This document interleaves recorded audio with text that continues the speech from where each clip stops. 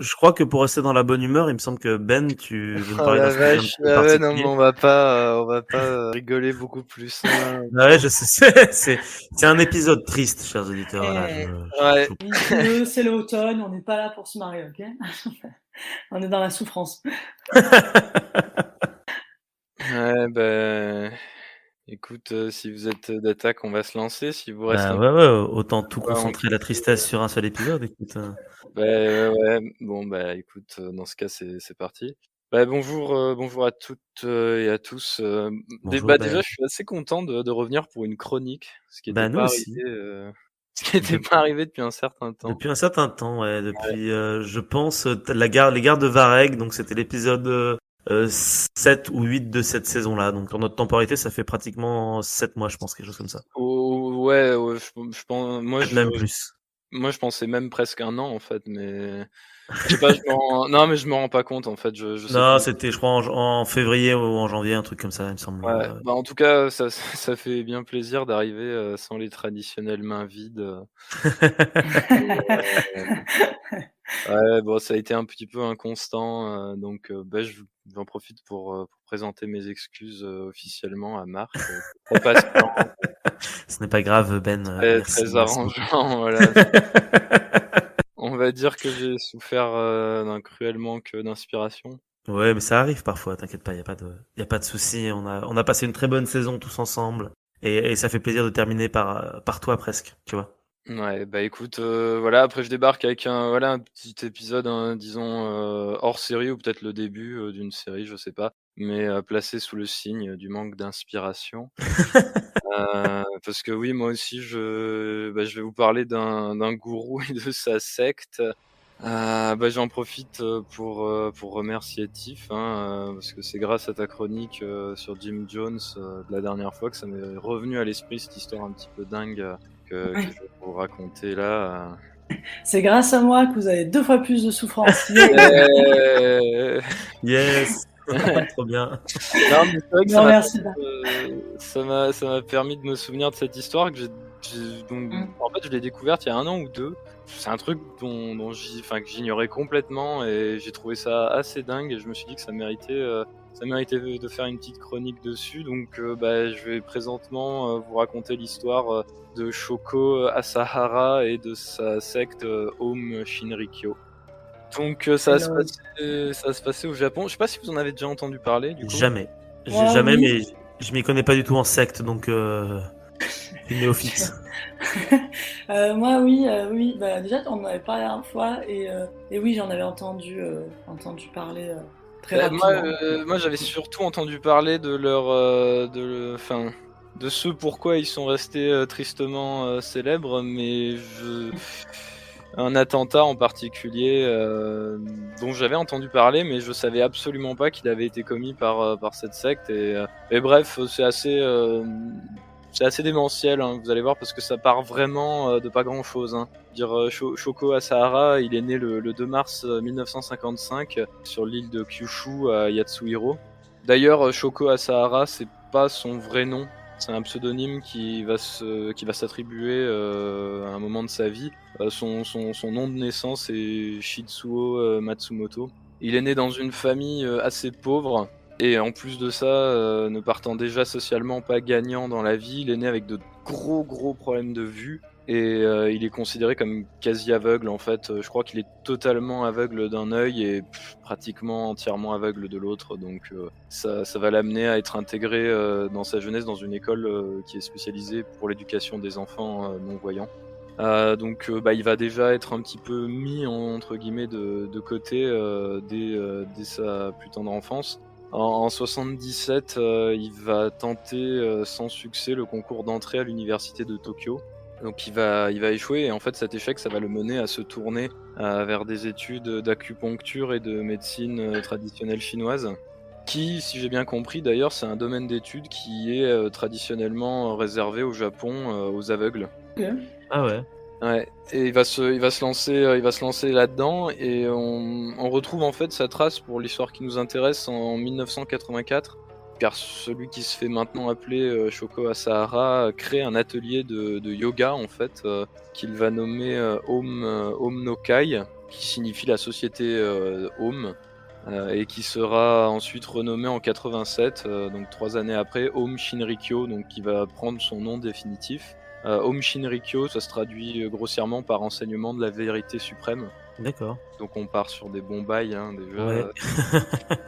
Alors bon, c'est assez dingue, mais ça commence juste sur un espèce de groupe de yoga en fait, qui va très vite se transformer en fait en une véritable secte. Et cette secte, son idéologie religieuse, elle était basée sur une sorte de syncrétisme spirituel. Ils ont une doctrine qui est un petit peu, ouais, c'est vraiment un patchwork qui trouve son inspiration dans le bouddhisme, l'hindouisme, le christianisme, divers mouvements New Age aussi, pas mal. Et apparemment, ils accordaient une assez grande importance aux prophéties de Nostradamus. D'accord. Donc Ok. voilà, D'accord. ils ont pris vraiment des trucs un petit peu de partout et ils en ont fait leur sauce, quoi. Car oui, les prophéties, c'est bien pratique, vous le savez, hein, Ah, surtout bah oui. les prophéties apocalyptiques, n'est-ce pas? Et Shinrikyo ne serait pas une secte digne de ce nom sans sa propre prophétie annonçant l'apocalypse prochain. Et oui, donc les membres de Home croyaient entre autres choses à la survenue prochaine d'un apocalypse nucléaire. Comme Et oui, quoi. comme quoi. Ouais, c'est toujours. Le jeu. C'est Alors, redondant. Et oui, Et puis dans les sectes aussi, je trouve que ce qui est redondant, c'est le côté on prend de tout de partout. Faire un Jésus cosmique, Nostradamus, mort nucléaire, c'est tout le temps ça. tu crois pas si bien dire parce que du coup, Shoko Asahara, il se présente lui-même un petit peu comme un prophète en fait. Et il prend un petit peu la figure, il prend pour exemple la figure christique quoi, auquel il s'identifie quoi. Enfin, c'est un peu le Messie entre guillemets. Donc ouais, alors eux, ils avaient un apocalypse nucléaire en tête, assez spécifique en fait, spécifique en même temps, provoqué par les États-Unis. Voilà, pour eux, D'accord. dans leur délire, Ouais. ce serait les États-Unis qui provoqueraient cet apocalypse. Mais cet apocalypse, il n'était pas vraiment vu comme une fin, en fait, il était vu plutôt comme une purification, une purge en fait, un apocalypse qui devait purifier le Japon de son gouvernement qui était jugé corrompu. Ouais. Un gouvernement qui à terme serait bien entendu remplacé par la secte elle-même, ce qui leur aurait permis d'accéder au pouvoir et ainsi de dispenser leur enseignement à l'ensemble de la société japonaise. Et voilà quoi, les bons bails encore une fois.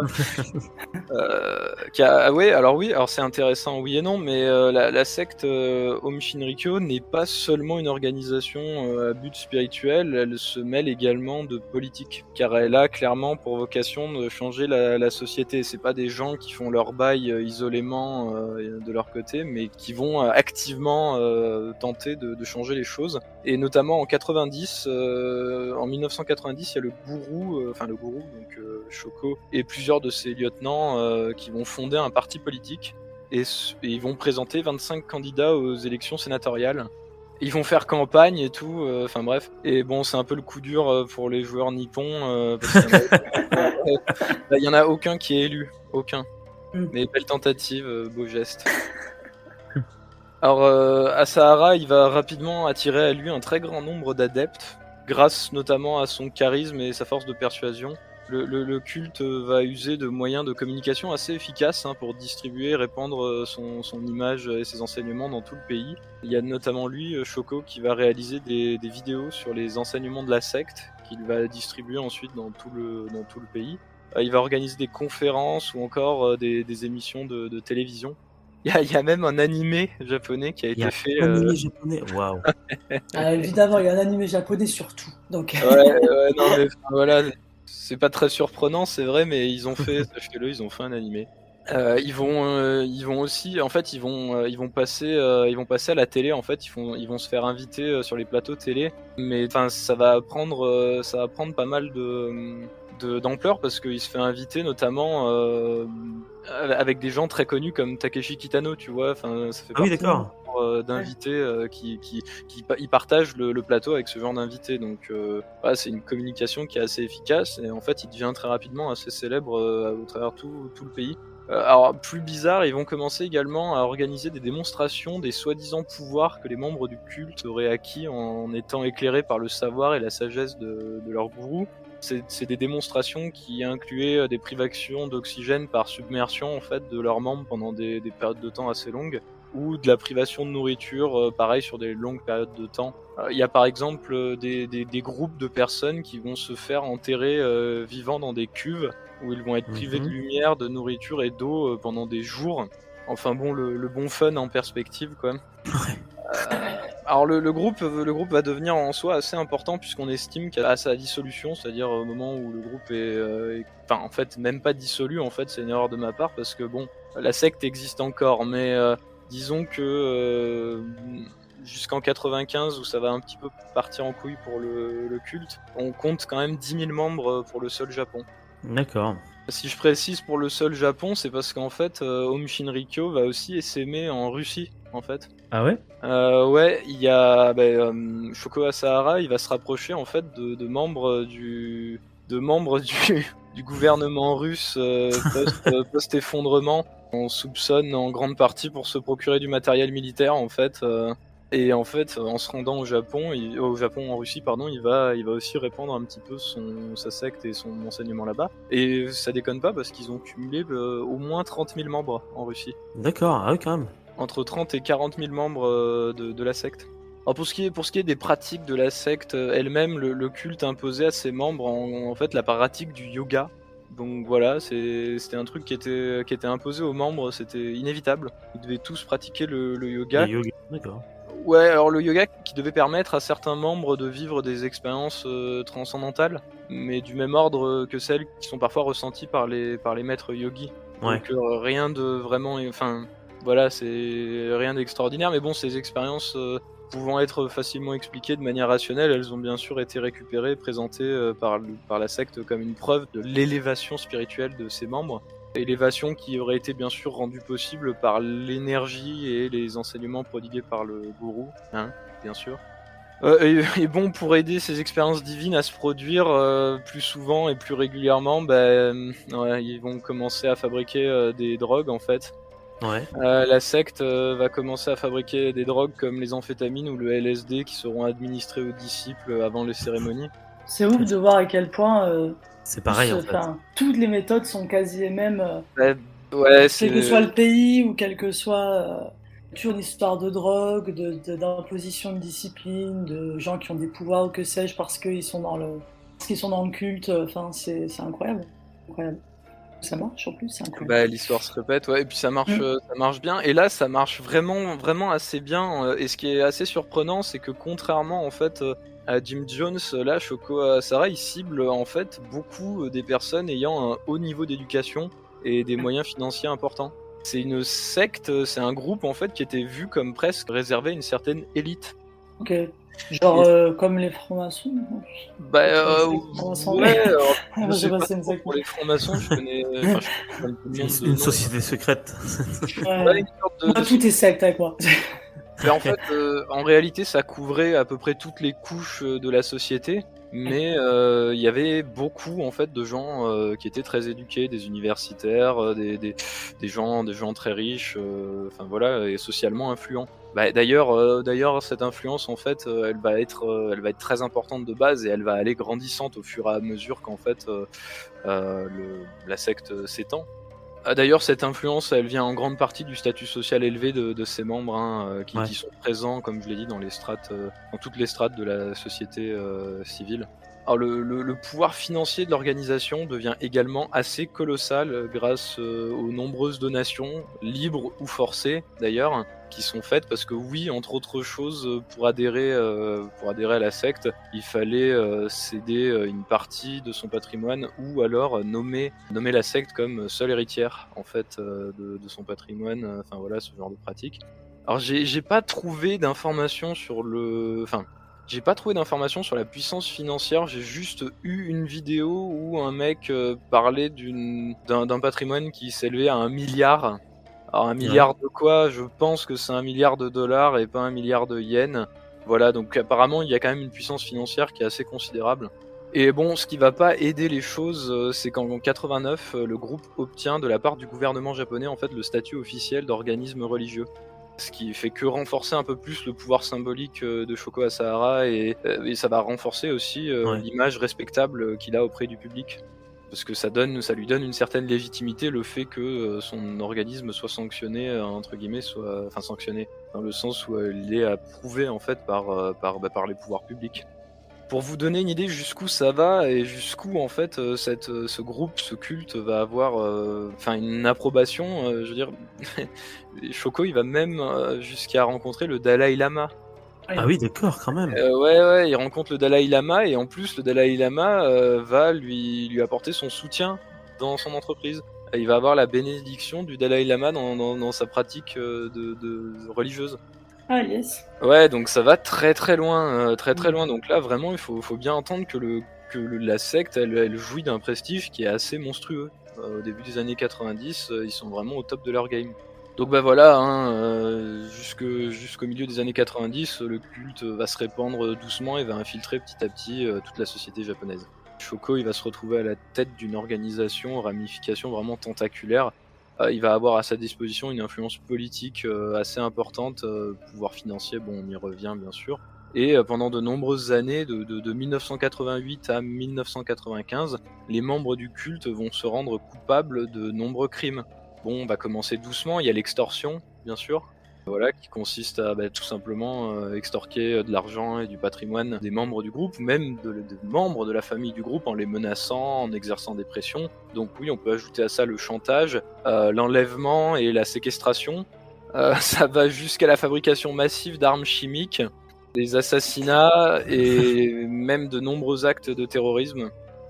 Et tout ça en toute impunité. Ils sont généralement même pas suspectés par les autorités et jamais vraiment inquiétés. Ouais. On peut décemment se demander, mais comment est-ce que c'est possible qu'un groupe comme ça puisse faire des choses pareilles sans être jamais inquiété? Vous avez une Ils petite ont des idée gens d'ailleurs connus. comme ça Corruption, peut-être. Ouais, et parce qu'ils sont connus, enfin, je dirais, ils sont élevés dans la société, ils ont peut-être des contacts, des machins. Ouais, c'est ça, il y a un peu de corruption, Ouais, de voilà, de ça, quoi. corruption, des gens qui Ouais, du de sud de qui de sont corruption, avec eux, bah, quoi. en fait, oui, complètement, c'est totalement ça. En fait, ils ont des membres de la secte qui font partie, de la police, et ainsi de suite, Voilà. Ouais, ils ont infiltré la société, quoi. ouais, ils ont Ouais, vraiment partout. infiltré, toute la ouais, non, mais c'est ça, en fait, ils sont suspectés, c'est-à-dire que le public, de manière générale, les connaissent, et ça commence un petit peu à se répandre doucement, les rumeurs comme quoi, quand il y a quelqu'un qui veut se barrer, cette personne, on la revoit plus trop, on sait qu'il y a du chantage, on sait qu'il y a de l'extorsion, ça commence vraiment à se savoir, et les gens commencent à avoir un petit peu peur. Il y a des dénonciations anonymes qui sont faites d'ailleurs régulièrement aux autorités, mais c'est jamais suivi, et c'est jamais suivi en fait parce que les gens, souvent, soit ils flippent, les membres de la police, etc., qui soit ils ont peur pour leur vie, etc. Parce que oui, ils font des assassinats, hein, c'est pas, on en reparlera après. J'ai une liste un petit peu sympa de tous les crimes qu'ils ont commis, on en parlera après. Enfin voilà, les enlèvements, les meurtres, la pression, l'influence qu'ils ont, c'est tout ça, ça va ça va faire en sorte qu'ils seront jamais vraiment inquiétés. En fait, toutes ces activités dont j'ai parlé, le terrorisme, la fabrication d'armes chimiques, etc., ça sera absolument inconnu des autorités et du grand public, en fait, jusqu'au fameux attentat du métro de Tokyo en mars 95. Moi, j'avais beaucoup entendu parler justement de cet attentat du métro de Tokyo, qui est souvent cité en exemple quand on parle de terrorisme, etc. On en parle souvent en fait de cet attentat du métro de Tokyo. C'est un cas d'école en fait, puisqu'il s'est déroulé dans dans le métro de Tokyo, qui à l'époque était traversé, je crois, tous les jours par 9 millions de personnes, il me Ah oui, semble. d'accord, ouais. Enfin voilà, c'était vraiment un des pires endroits au monde où on aurait pu faire ce genre d'attentat, ce qui fait qu'il est resté célèbre. Donc ouais, le 20 mars en fait 1995 à 8h du matin, et dans 5 rames de métro différentes, il y a des membres de Home Shinrikyo qui posent chacun à leurs pieds 2 sacs en plastique remplis de liquide. Lui-même, ce sac en plastique est enroulé dans du journal pour le dissimuler. Et en fait, au moment où la rame s'arrête, ils vont se lever, où la rame s'arrête à des endroits spécifiques. Ils vont se lever, chacun de ces 5 personnes qui ont déposé ces 2 sacs. vont se lever et avec la pointe du parapluie dont ils sont chacun équipés, ils vont percer en fait au travers du journal les sacs plastiques contenant du liquide. Après quoi, ces 5 personnes, elles sortent alors de la rame et laissent derrière elles le liquide se mélanger et s'évaporer au contact de l'air. S'évaporer et se répandre non seulement dans la rame mais aussi dans les arrêts de métro. Donc ce qui va se passer, c'est que on va pas se rendre compte tout de suite de ce qui se produit. Et en fait, les rames, elles vont continuer avec bien sûr le métro elles vont continuer. C'est-à-dire que les gens, ils vont commencer à faire des malaises, ils vont commencer à s'effondrer, mais vous savez comment sont les Japonais Oui. au niveau de leur organisation. Pour eux, au départ, il est hors de question en fait d'arrêter le train, et puis on peut pas vraiment leur en vouloir parce que les mecs, ils ont pas eu entre la Seconde Guerre mondiale et 95 aucun acte de terrorisme sur leur territoire. Ah ouais. Ça Ok. paraît improbable pour eux que ça soit ça, quoi. Enfin, Ah ouais, Et là, c'est pas de l'explosion, en fait, c'est du bactériologique, du coup, comme ça. c'est du bactériologique en fait, c'est une attaque chimique là en C'est l'occurrence. dingue, putain, la vache. C'est une attaque chimique, ouais. Et donc, Oh là là. ça va prendre un certain temps. En gros, avant qu'ils se rendent compte de ce qui se passe, le métro, il va faire son chemin, quoi. Il va faire son chemin. Et donc, bon, vous vous demandez peut-être ce qu'il y a dans les sacs plastiques. Ouais. Alors, ce qu'il y a dans les sacs plastiques, en fait, c'est 2 composés chimiques qui, quand ils se mélangent, en fait, donnent du gaz sarin. Le gaz sarin, c'est un des plus violents et plus puissants neurotoxiques qui est connu à ce jour. D'accord. ok. Ouais, il est considéré comme 500 fois plus toxique que le cyanure. Ah ouais, d'accord, ouais. Alors c'est un neurotoxique, donc il s'attaque au système nerveux humain ou animal et provoque des paralysies musculaires qui, à terme, assez rapidement, provoquent un arrêt respiratoire potentiellement mortel. Puis j'imagine que tu dois pas passer un bon moment, enfin, tu dois douiller, non? Je sais pas trop, j'ai pas eu trop d'informations sur ce qui est ressenti par les gens. Après, si c'est foudroyant, Alors, Je en pense fait, pas que ce soit... il est absorbé dans le système sanguin, soit par la respiration, mais il peut être aussi absorbé si on est vraiment au contact d'une grande quantité pendant une petite période de temps. Il peut même être absorbé La par peau. la peau. Ah oui, d'accord. Ouais, Ah. et en fait, dans les 2 cas, il atteint très rapidement le système nerveux. Ouais, donc, même si tu respires pas, tu te fais baiser quand même, quoi. Ouais, même si tu le respires pas, si t'es pas dans une combinaison hazmat, tu peux être intoxiqué par le gaz sarin. Bon, D'accord. en plus d'être d'une toxicité extrême, il laisse de lourdes séquelles neurologiques chez les gens qui ont été exposés et qui ont survécu. Donc en fait, il y a énormément des gens qui l'ont respiré, qui ont été exposés à ce gaz, qui vont garder des séquelles en fait toute leur vie. Et des séquelles vraiment graves, quoi, qui entraînent des gros problèmes neurologiques. Il y a des interviews d'ailleurs qui traînent à droite à gauche de personnes ayant survécu où on voit très clairement, c'est assez, c'est choquant, ouais, c'est pas mal choquant de voir les séquelles qu'elles ont gardées. Je le précise parce qu'en fait, l'attaque a fait que, entre guillemets, 13 morts. Voilà, que 13 morts, ce qui est déjà beaucoup trop, bien sûr. Déjà... Ouais, bien sûr. Mais Il doit y avoir des tas de blessés, en fait. Alors, ouais, il y a c'est ça, eu, et puis des blessés sur le long terme, quoi, en plus. Ah ouais. il y a eu au total 6300 Voilà, blessés. Horrible, quoi. Ouais, c'est vrai. Ouais, donc victimes d'intoxication aiguë ou superficielle qui gardent pour beaucoup des handicaps irréversibles. On pourrait également se demander, mais pourquoi cette attaque elle a été menée finalement? Qu'est-ce qui s'est passé? Quel était le but d'une telle opération? Alors, en fait, la réponse elle est relativement simple. C'est pour 2 raisons. C'est qu'en fait, à ce moment-là, en 95, Shoko Asahara il commençait à avoir un petit peu les miquettes parce que malgré tout, ça commençait à se savoir que la secte elle faisait des trucs vraiment borderline, quoi.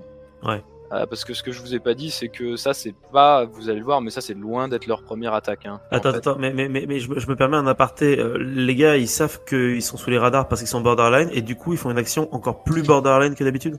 En fait, ce qu'ils voulaient faire, c'était, par l'énormité de cette action, c'était détourner un petit peu l'attention de la Détourner le regard, en fait. Ok, d'accord.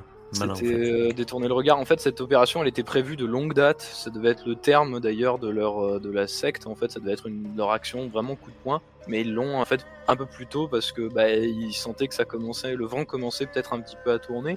Ouais. Et donc ils ont fait ça. Et en fait, le but final de cette attaque, c'était déclencher la 3e guerre mondiale en fait en blâmant les États-Unis de l'attaque et provoquer l'apocalypse nucléaire Bien sûr. qui était au centre des croyances de la secte. Le fameux. C'est vraiment des gros salauds. Hein. Ah complètement. Mais totalement. Et puis là, en fait, les autorités face à l'ampleur de l'attaque, ils peuvent plus. Là, c'est plus possible, tu vois. Ouais, bah là, Là, ça suffit. ouais, ça suffit. Ils sont allés trop loin. Voilà, parce que non seulement, ça a fait énormément de victimes, mais ça a eu un retentissement international. Ouais. Et du coup, là, comme c'était une secte de chez eux et tout, je pense qu'ils se sont dit, on passe un peu pour des cons aussi. Ouais, là, Ah, ils vont mettre le paquet. Hein. Et ils ont tout de suite su que c'était la secte. Ils n'ont pas eu de doute dessus. Ils se sont dit, ouais, ils nous prennent vraiment pour des cons. Si, là pour le coup, le fait qu'il y ait eu cette attaque, ça va leur permettre de recoller certains morceaux en fait, les uns avec les autres. Et là, en fait, ce qui se passe, c'est que direct, ils vont lancer en fait des raids. Ils vont identifier en fait assez rapidement les 5 personnes qui ont percé les sacs, qui sont ceux qui ont mené l'attaque.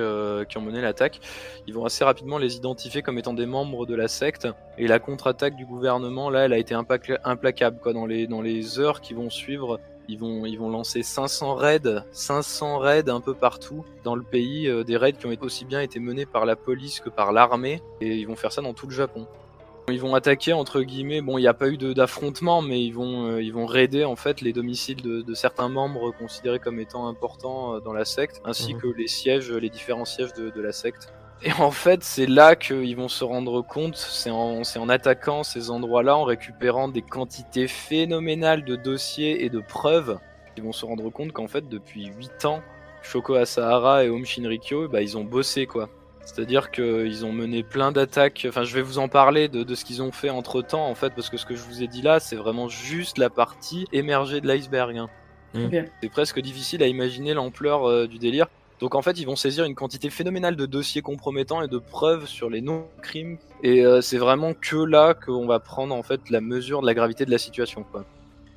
Je vais vous donner en fait maintenant une petite liste non exhaustive de certains crimes qui ont été commis par la secte.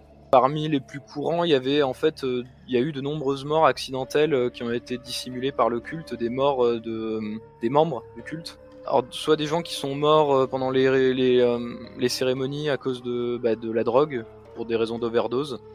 Donc ces morts, elles ont été dissimulées en fait, c'est-à-dire que les cadavres ont été dissimulés, brûlés, etc. Et on n'a jamais trop su jusqu'en 95 ce qui était arrivé à ces personnes qui avaient disparu. Vous vous souvenez aussi du délire là des pouvoirs qui devaient être prouvés par la privation d'oxygène, la submersion, le manque de nourriture, tout ça. Ouais. En fait, pour être sûr que les démonstrations publiques fonctionnent, ils ont testé les trucs en privé. Ah yes. Et forcément, pour être sûr que ça fonctionne, ils ont testé différents paliers et en fait, il y a des gens qui sont morts pendant ces expériences. Yes. Donc voilà, ça aussi ils l'ont dissimulé. C'est horrible, bien sûr. On est nerveux. En riz noir, là, je pense beaucoup. Ils sont allés tester leur propre truc, ils ont dit tiens, toi là-bas, au fond de la pièce. Ah non, mais c'est ça, ils ont utilisé littéralement des cobayes, quoi. Ouais, c'est ça, c'est des cobayes humains. Alors, il va également être prouvé qu'il y a de nombreux membres de la secte qui ont tenté de la quitter, qui ont été assassinés, en fait, purement et simplement. Ah ouais. En 89, ils vont enlever. Alors, ce que je vous cite là, la liste des crimes, c'est voilà, je vous le dis honnêtement, c'est du Wikipédia, mais qui est bien référencé, en fait, qui est bien cité, donc c'est pour ça que je me permets de le dire. En 89, en fait, ils vont enlever l'avocat Tsutsumi Sakamoto, sa femme et son fils de 14 mois. Ah. Ils vont les buter, en fait, ils vont les assassiner, les 3. Et ils vont faire ça parce qu'en fait Sakamoto il représentait, c'était un avocat qui était spécialisé dans le combat contre les sectes en fait, et qui représentait une famille qui avait porté plainte contre la secte. Donc voilà, le mec, sa famille, son fils, voilà, mort, assassiné pour des raisons de sauvegarde de la secte. Enfin bref, ils vont des trucs assez glauques. D'ailleurs, en 90, ils vont se lancer dans le bioterrorisme. Ouais. Parce que oui, en fait, parmi les gens qui font partie de la secte, je vous ai dit qu'il y avait des gens qui avaient un très haut niveau d'instruction. Et s'ils ont pu fabriquer des armes bactériologiques, c'est qu'ils ont pu construire des laboratoires, en fait. Ils ont acheté des barres d'immeubles, ils ont acheté des maisons un peu partout dans lesquelles ils ont installé des laboratoires où il y avait des chimistes, en fait, qui travaillaient. Des chimistes, des biologistes, etc. qui ont bossé sur des trucs. Donc en 90, en fait, ils vont se lancer dans le bioterrorisme et ils vont utiliser notamment, entre autres cette année-là, la toxine du botulinum. C'est quoi alors le botulinum, c'est un bacille, c'est une bactérie en fait qui produit des spores qui sont très toxiques en fait pour le. D'accord, ok. En fait, elle sécrète une des toxines les plus puissantes du monde vivant. Ok. Peut être infecté par injection, notamment par la nourriture, mais aussi par la respiration éventuellement. Donc ils vont lancer 3 camions, un à Tokyo, un à côté de la base navale américaine de Yokosuka, pour essayer d'intoxiquer le plus de monde possible, sauf que l'attaque est un échec en fait, parce qu'ils ont utilisé une souche qui est à faible virulence. Ouais. Ils n'avaient pas une très grande quantité, et en plus leur dispositif de dispersion était pas hyper bien branlé, donc ça n'a pas donné grand chose. En 92, ils vont tenter en vain de se procurer Ebola au Zaïre. Oh mon dieu. Ah oui, quelle d'accord, horreur. quand même. Ouais, en fait, Oh. Ouais. ils vont aller au Zaïre pendant une Vache. mission humanitaire. Avec des gros guillemets. Humanitaire, vous entendez les guillemets. Et en fait, ils vont essayer de se procurer Ebola, ils vont pas y arriver. Heureusement Attends, d'ailleurs. Hein. Ouais, yes, on croise les doigts pour que ça n'arrive jamais d'ailleurs, merci. Oh, Ouais, en 93, en fait, ils se lancent dans la production du sarin, en fait. Alors là, ça devient là, on atteint des niveaux assez graves parce qu'en 93, ils vont faire l'acquisition en fait en Australie d'un terrain en fait de 200 000 hectares. Ouais. Et les douanes australiennes, en fait, elles vont constater la présence de substances chimiques assez dangereuses dans leur bagage, en fait, et ils vont leur donner de lourdes amendes pour ça, en fait, parce que ils n'ont pas le droit de faire ça. Et en fait, après coup, on a su qu'ils vont installer un laboratoire sur ce terrain pour non seulement créer du gaz sarin, mais pouvoir le tester sur les moutons qu'ils élèvent sur place. En fait, c'est un ok. terrain d'élevage qu'ils utilisent comme couverture, en fait. Ils font des tests, quoi, en fait. Ouais, voilà. Et en fait, ils vont finir par revendre le terrain. Ils vont utiliser le gaz sarin, ils vont le tester sur les moutons jusqu'à ce qu'ils puissent calibrer en fait, la bonne composition chimique et avoir en fait la toxicité maximum. Alors ces activités, elles seront révélées en fait comme presque toutes les autres en 95, après l'attentat.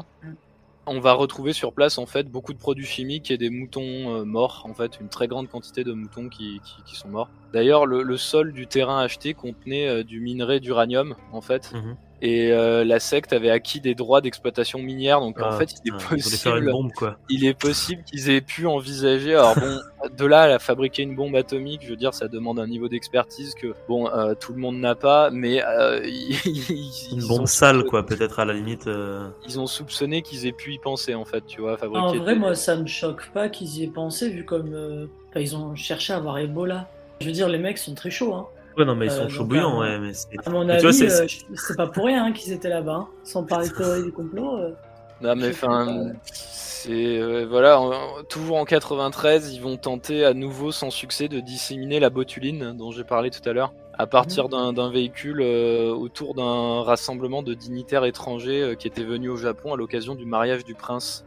Ça aussi, ça va être révélé en 95. Enfin, Mais attends, mais on dirait une organisation secrète dans un film de James Bond, là. En fait. et oui, mais c'est incroyable. Et attends, parce que là, je suis même pas à la moitié de la liste des crimes, quoi. Putain, la vache. Toujours en 93, ils vont faire 3 tentatives pour disséminer de l'anthrax un peu partout dans Tokyo.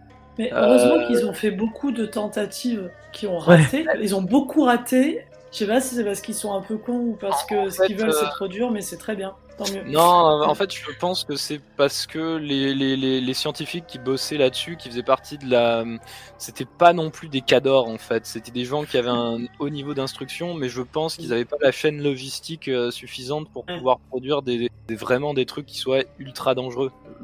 J'en suis pas certain, mais moi je le vois comme ça. Et par exemple, là, l'anthrax, ils ont essayé de la disséminer en la balançant du haut d'un immeuble, tu vois. Ouais. Et encore une fois, ils ont utilisé des véhicules, etc. Voilà, ça a pas marché. Ça, c'est encore un grand échec.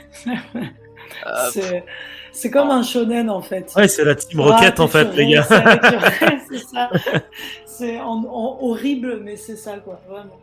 Putain, le parallèle est... ouais, ok, ouais, ça me fait rire, c'est terrible, mais c'est un peu drôle, ouais.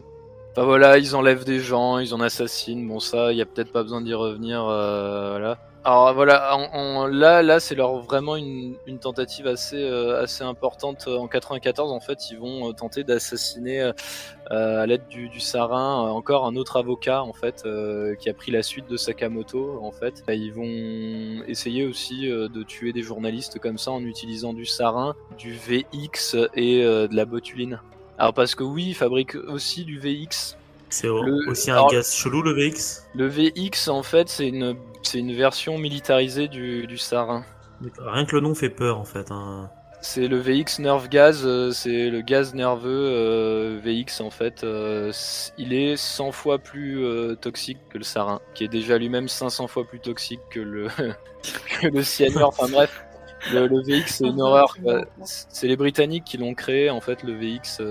Et voilà, enfin, c'est une horreur. Donc, ils fabriquent du VX, ils réessayent avec la botuline. Enfin, voilà, c'est n'importe quoi. Et c'est en 94, en fait, qu'ils vont faire vraiment leur premier gros attentat qui réussit, entre guillemets. C'est dans la ville de Matsumoto. Il y aura quand même 8 morts et 200 blessés. Ce qui déconne pas, tu vois. Ouais. En fait, pareil, ils ont répandu dans un quartier résidentiel, en fait, du sarin à partir d'un camion. Alors, t'imagines quand même que là, ils ont répandu un gaz mortel dans un quartier entier d'une ville. Ils ont tué 8 personnes, ils en ont blessé 200 autres, et toujours rien. Toujours rien, c'est-à-dire que les résidents de la ville s'étaient opposés à la secte, ce qui peut expliquer en partie pourquoi elle a été ciblée, en fait, cette ville, plutôt qu'une autre. Et malgré les lettres anonymes dont j'ai déjà parlé, qui dénonçaient la secte, voilà, il y a une enquête qui est ouverte autour des émanations suspectes, mais personne ne va s'intéresser trop à la secte, en fait.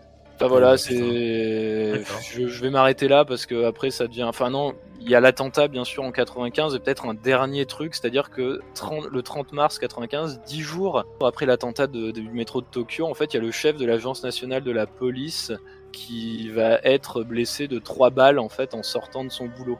C'est-à-dire qu'il y a une escouade d'assassins qui l'attendent à la sortie de son travail et qui lui collent 3 balles dans le buffet pour tenter de l'assassiner. Alors, il va miraculeusement survivre en l'occurrence. Mais voilà, ça s'arrête pas là. C'est-à-dire que ça continue après. Oui. Enfin voilà, vous avez une petite idée de ce qui se passe. Donc ça craint quoi. Et bon, ce qui va se passer après, c'est que bien sûr la secte, elle va être alors pas démantelée malheureusement parce que elle existe encore aujourd'hui.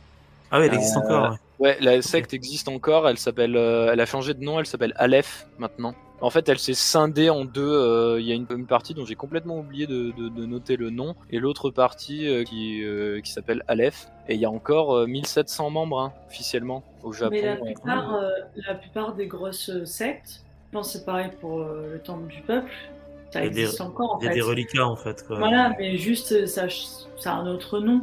Tu vois, et ils se disent moins extrêmes ou autres. Enfin. Oui, c'est ça. En fait, ils ont renoncé. Ils ont complètement dénoncé en fait les actes de Shoko Asahara, mais ils continuent à suivre un petit peu certains de ses préceptes en fait. Ouais. Donc la secte, elle est vraiment surveillée de très près. Vous pouvez l'imaginer depuis. Voilà, elle est scrutée. Les membres, quand ils rejoignent la secte, ils doivent signer un papier comme quoi ils renoncent officiellement à commettre tout acte illégal. Enfin voilà quoi. Ça. Ouais, je ne balancerai pas des gaz mortels. Ouais, voilà. Lu et approuvé. Pas de problème. Alors des 10 000 membres de la secte, il y en a 189 qui sont inculpés en fait à divers degrés dans l'affaire Aum Shinrikyo, alors que ce soit pour les nombreux actes criminels ou pour les actes terroristes. Il y en a 170 sur les 189 qui sont condamnés. Ouais. Shoko Asahara, il va être jugé pendant 8 ans. 8 ans. Son procès va durer 8 ans. Il va être finalement condamné en fait en 2004. Il va être condamné à la peine capitale par pendaison. Et en fait, pendant 2 ans, jusqu'en 2006, il va essayer de faire beaucoup de recours pour éviter l'exécution. Et en fait, il y a une de ses filles qui va pas mal militer pour sa libération. En fait, Shoko Asahara en fait va mourir le 6 juillet 2018. Il va être pendu dans la prison où il était incarcéré, et il va être pendu le même jour avec 6 autres membres de la secte. Voilà. Après, moi, ça m'étonne pas que c'est pris autant de temps, parce que tu vois, il y a tellement de chefs d'inculpation. Enfin, Ah oui, je sais pas. Le gars, il a fait tellement de trucs, ouais, c'est clair. C'est ça, tu dois tout repasser tu dois entendre tous les témoins, machin. Alors peut-être que la justice japonaise est un peu comme la France, hein, peut-être un peu lent, mais ça me choque pas Ah non, outre non, non, mesure, tu vois. moi non plus, ça me choque pas du tout, ça me paraît même normal Et que. voilà, ouais, c'est ça, euh, ouais. Surtout quand tu vois l'ampleur du délire, parce que il a fallu non seulement, bien sûr, trouver toutes ces preuves, mais il a fallu les analyser, il a fallu recouper les dates, etc. Enfin, donc, je pense que ça a dû prendre déjà un certain temps pour rassembler toutes les preuves. Et Ouais. ensuite, bon, vous savez comment ça se passe, hein, ce genre de procès, surtout quand c'est ultra médiatisé, ça prend énormément de temps, c'est très long. Enfin voilà, il y a eu 8 ans de procès et au terme de ces 8 années, il a été condamné à mort et il a été exécuté en 2018. Je savais pas qu'il y avait encore La peine de mort. J'ai appris un truc, tu vois. Ouais, les Ouais. Japonais exécutent par pendaison. Par Pendaison en pendaison en plus, plus. ouais, en Ouais. plus, quoi, c'est à l'ancienne, quoi. À l'ancienne. Ouais. Bah putain. Alors je sais Bah. pas trop comment marche la justice japonaise, je sais pas si c'est si la peine de mort elle est vraiment donnée pour des crimes exceptionnellement graves ou si c'est un truc, ils distribuent comme des petits pains. En tout cas, je crois qu'il y a un truc que font les Japonais et je sais pas si mais il me semble avoir lu quelque chose là-dessus, ils te disent, pas en fait, tu sais pas quand tu vas mourir et tu as Ah oui. aucune idée de quand tu vas être exécuté. C'est-à-dire C'est que assez horrible. Shoko Asahara, il a vécu de 2004 à 2018, enfin même avant en prison, mais depuis sa condamnation à mort en 2004, en fait, il pouvait être chaque matin réveillé par, par les matons pour être amené à l'échafaud. Et ils le savent le jour même, en fait, tu l'apprends quelques heures avant. Ok. Et du coup, Putain. tu vis chaque jour Dans l'attente de mourir, quoi, en fait. dans l'attente Ouais. de ton exécution. Disons, est-ce que c'est aujourd'hui ou pas? Ouais, c'est dur, hein. Alors Ouais. ça, je l'ai pas vérifié, donc je tiens à préciser que ça se vérifie, mais il me Vous me semble direz dans que... les commentaires si vous savez pardon, des choses sur la peine de mort au Japon. Enfin voilà, c'était l'histoire d'un petit gars aveugle qui vient d'une famille très très pauvre et qui est devenu voilà à la tête d'un groupe à la puissance assez démentielle, Impressionnante. quoi. Ouais. Ok. Bah. Ouais. Moi, je trouve que c'était le genre d'histoire qui méritait entre guillemets d'être racontée, ne serait-ce que pour le caractère Ah oui, non mais putain, oui, carrément. Ouais. vraiment Carrément, dingue carrément. de. Puis là, c'est impressionnant, tu vois. Ouais, je suis bluffé par toutes les actions qu'ils ont entrepris, quoi.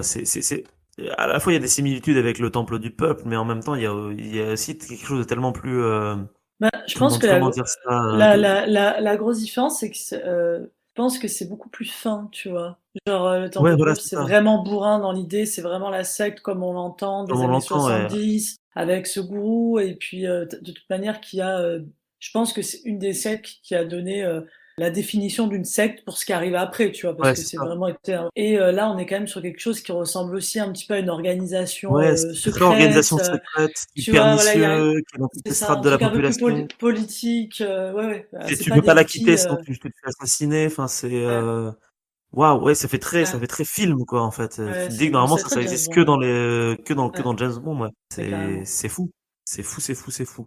Ça fait flipper de ouf, par contre, mais c'est fou. Je vais pas dormir pendant 3 jours, mais ça, c'est cool. Yes.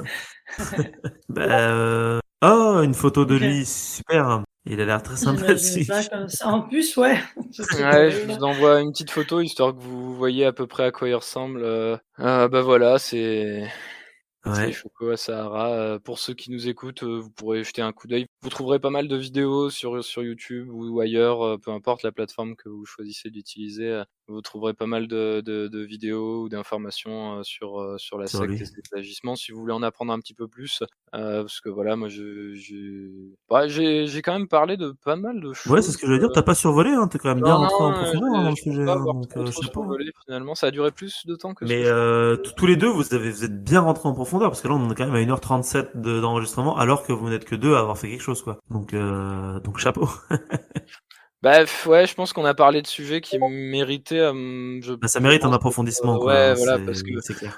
bah, si tu Oui, lui bien sûr. racontes, juste, voilà, la secte, qui bute des gens, qui donne de la drogue, De la et drogue, oui, non, mais c'est ah clair. bah, voilà, jusque-là, qu'est-ce que c'est normal, tu vois? Presque, Ce qui est enfin, intéressant, c'est de voir aussi la première partie, c'était peut-être moins, on va dire, intéressant, mais en fait, ça t'explique aussi pourquoi le mec en est arrivé là, d'où il vient, qui il est, quoi, tu vois? Et je trouve que c'est ça l'important et puis Mm. surtout, de rentrer en profondeur dans les trucs, c'est aussi respecter les victimes Tout à fait, qui ont ouais. été, voilà, qui ont douillé à cause d'une personne, à cause d'un groupe de personnes. Donc, ouais, c'est important Bien aussi. sûr. Alors apparemment aussi, ça a beaucoup marqué le Japon, cette attaque en fait au gaz.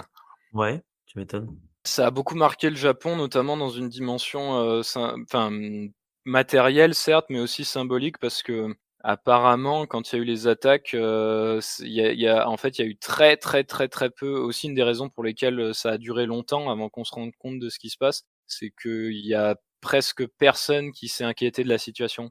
C'est-à-dire qu'il y avait des gens qui s'effondraient un peu partout, et en fait les Japonais entraient et sortaient du métro comme si de rien n'était, tu vois? Ouais.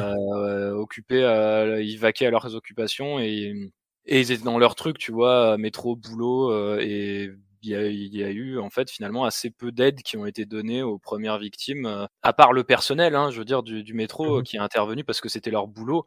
Les autres, bah, ils passaient à côté des gens qui étaient en train de suffoquer, en train de mourir et il y a eu très, très peu d'entraide. Et ça, Mmh. apparemment, on en a beaucoup parlé et ça a été un petit peu un choc, en fait, pour la société, japonaise et ça a beaucoup marqué, tu vois? Le fait qu'il y a eu autant de victimes et qu'il y a eu si peu d'entraide, si peu de solidarité, en fait, sur le Ouais. coup. Enfin, voilà, c'est moi, je vous cache pas que quand j'ai appris tout ça, j'étais sur le cul, mais vraiment, quoi, Ah non, mais tu m'étonnes, ouais. Bah là, mais bon. moi je suis sur le cul là, hein. C'est pour ça que j'ai du mal à dire des trucs. Ouais. Mais ouais, incroyable, mais vrai, ouais, ouais, enfin bon. Merci à tous les deux d'avoir participé à cet Merci à toi. enregistrement. Et beh, merci à Euh, toi, c'était un plaisir. Ben oui, mm. toujours. Vous savez que vous êtes toujours les bienvenus, même si vous voulez parler encore de secte. Je vois Tiff qui nous a posté la photo de Stress Cher James Jones, qui a vraiment l'air d'être un gros Ouais, enculé sur la photo. C'est fou. exactement. C'est dingue, hein, comme quoi, des fois, ça se dit sur le visage des gens. Le Donc, le gourou bling bling avec les ouais, non, lunettes c'est clair, en c'est ça, De bague. ouf, complètement. de ouf. Là, tu l'entends sur la photo, tu l'entends parler. Vous verrez quand tu auras les extraits, tu sais, c'est vraiment le pasteur, quoi, quand il Non, mais parle. j'ai déjà écouté parce que j'ai C'est monté ouf, hein. La l'épisode première, précédent ouais. et c'est dingue, hein. C'est Ça incroyable, fait hein. très, Ah, et faut tu que je le comprends pourquoi les gens réécoute. l'ont suivi parce que tu étais là, Ouais, tu étais presque là à faire ah ouais, putain, ouais. ouais, Et de ouf. C'est un C'est c'est, terrorisant. prêcheur, quoi. ah oui, c'est un Oui, bon oui. prêcheur, Mais quoi. un très très bon prêcheur. Ah oui. Ouais, très très bon le gars. Enfin, ouais, moi, ça me mettait mal à l'aise de voir à quel point je pouvais l'écouter longtemps, tu vois. Ouais, non, Des mais fois, sans m'en rendre compte, tu vois, c'est et je faisais merde. un don utilisé à mauvais escient, quoi. Exactement. Eh Donc ben, ouais. écoute, il faudra que je réécoute, ta chronique, avec le Ouais. Eh l'audio, du bien, coup. sache Ben que tu pourras l'écouter dès demain. Oui. Ah! Ah, Eh oui, parce Yes. que c'est à ce point ric-rac en termes d'enregistrement. Donc, donc, si ce petit instant passé en notre compagnie vous a plu et que vous avez envie d'en passer d'autres avec nous, eh bien n'hésitez pas à vous abonner, mettre un petit pouce bleu, partager la vidéo ou encore nous suivre sur les réseaux sociaux. Sachez que vous pouvez aussi écouter cet épisode dans son entièreté et pour cela vous n'avez qu'à vous rendre dans la description de la vidéo. Je vous dis à très bientôt pour à nouveau écouter un petit peu de tout et surtout un petit peu de rien.